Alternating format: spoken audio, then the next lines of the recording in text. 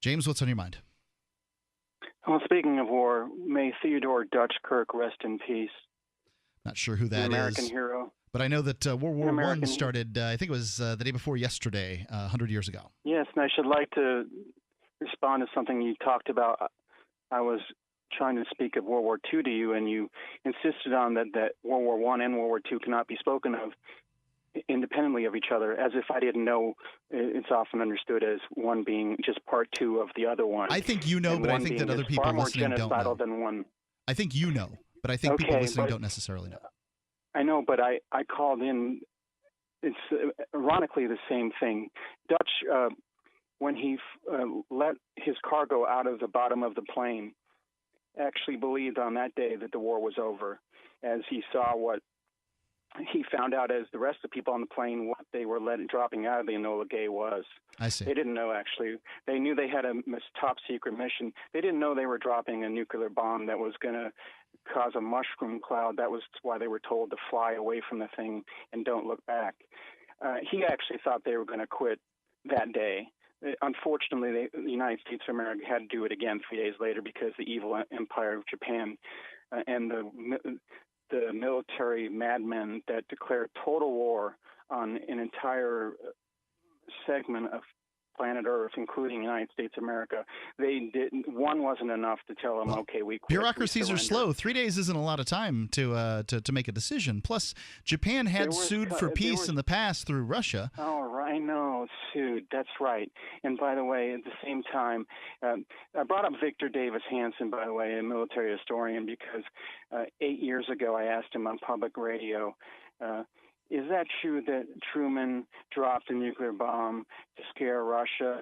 And he not only dismissed that as a conspiracy theory, which has been peddled about since the day after the second bomb was dropped. Of course, it's not an original thought of yours or any others like a Seymour Hersh or a Howard Zinn. Or I don't have a lot of original thoughts. I read stuff. No, but the point is, at the same time that we were dropping atomic, not one but two on Japan, you know that Stalin did what he promised to do on behalf of the Allies, and specifically the United States of America. He invaded Manchuria, and Japan paid dearly for it. But then Japan finally did quit, because they not only had two bombs dropped on them and two cities leveled in less than 4 days, they had a big problem on their hands called the Russian army on the mainland.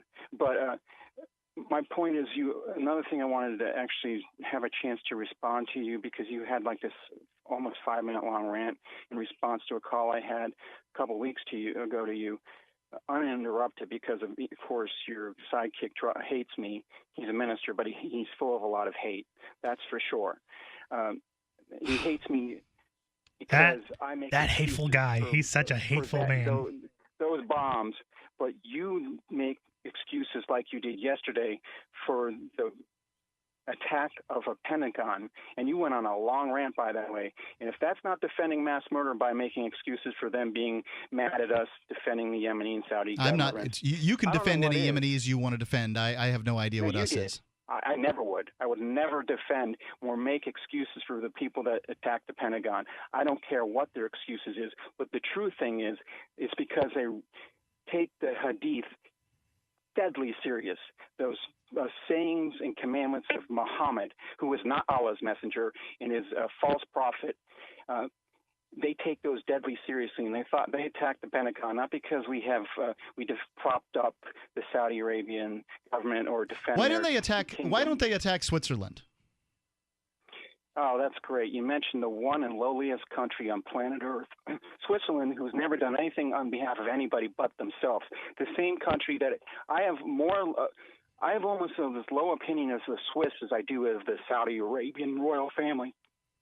You've got a lot of opinions of a lot of countries, that's for sure. In bed with the Nazis and did absolutely nothing when they knew that they were actually the bankers of a genocidal mass murdering regime called the Nazis. You know how many Nazis got away with war crimes, and where were they stashed their loot? In Switzerland. Switzerland is you guys are all rightfully against big corporations and big banks. That is a big corporation, big bank state. And I have nothing. Why don't they attack Switzerland? Why would they? Why should they? Switzerland, Indeed. You're damn right. They've never done anything to the Yemenis or the Palestinians or anybody in the Middle East. You're damn right about that. They also have never done anything. They've never put their blood and treasure on the line for somebody for no gain other than what is right. And but true that's a really important point, though, like James. Listen, James. This is a really important point. Listen. The fact is that the Swiss are as Western and as non-Islamic as any country out there, more so even perhaps than the United States, one could argue. However, the attackers didn't go after the Swiss. They went after the U.S. The people, I am not done talking, the people that supported that are supporting their dictators and their kings. That's why the Saudis and these Yemenis attacked 9/11. Don't you agree that this is blowback? They attacked us. Okay, just as Little Boy and Fat Man and Little Boy were blowback. I never hear you call those blowback. But no, again, they were indoctrinated by a hate preacher named Osama bin Laden and crazies that said they're commanded to take out infidels. And guess Osama bin Laden's very clear as to what he was about. You don't need to repeat this. I don't agree with you at all. You're not even conceding the fact that they have been indoctrinated by hate preachers. I am conceding that. Absolutely. No, they have hateful preachers out there, but their preachers are clear. Not our intervention in the Middle East. Because guess what? Yes, it is. That's what those preachers talk about. Sure, they say bad things about our lifestyles, but they talk about the intervention in the Middle East. Well, I didn't get rid of you. I don't know where you are. This is a mass murder. That's what you're doing. Yep, that's it. I'm causing mass murder. Thanks. That's 855-450-3733. Got the whole segment. I don't know what he complains about. That guy Witt, man, or James, whatever you want to call him, he is clearly really obsessed with nuking the hell out of people, especially Japanese people, huh? Well, at the very least, he wants us to agree with his position, yes. And look, I can't imagine that I'm ever going to change my mind on this one. I don't think he's real, like last night's co-host always swears by, because there's this same guy calling in with multiple names, always trolling by the name of Witt or James or what have you, talking about nuking Japanese people back in the day. But as somebody who's definitely researched atomic weapons and, I can run a math problem or two, I just think it's sick to wish that kind of death upon people for any reason. And Witt, though, he's clearly he is witty. He's on point. He's well-researched. Not he's dumb. Sober. Yep. And I'll admit, it's the end of my workday. I've definitely indulged in the red wine. So I don't know what to think of that guy. He's got to be it's classic. Everybody's always saying they're paid government shills on the net, what have you. But I don't know. I think he takes the cake for it. He's definitely working hard. I don't think he's a paid government shill. I think he's obsessive in many ways. And that could be too. He could just be crazy obsessive. I mean, I hesitate to use the term crazy because he can sort of string his thoughts together very, very well. I mean, he's not, out of his mind, but I do wonder about maniacal and death worshiping. Maybe okay, maybe that's not crazy. What if he really, really really thinks his dad's great, and his dad, because he's mentioned his dad's position on Japan in the past, and so I just think dad's great. Dad had this position on Japan, so I'm going to hammer it home in order to lionize my father or whatever way. I don't know. My grandfather was a World War II vet, and I bet if he was alive to this day, just from what I recall of him, he was kind of libertarian, didn't pull any permits for tree houses, what have you. He knew what the government was about in his older age, Yeah. Well, we've had many vets call this show and say entirely disparaging things about the United States government and its wars and those sorts of things. That doesn't seem to matter. They're either right or wrong. Smedley Butler, the two-time winner of the Medal of Honor, and probably would have been 3. I know all about that. Yeah. If I could sway the subject though very quickly, as I was calling into my local AM again today, as I usually do, and try and promote my brand of truth.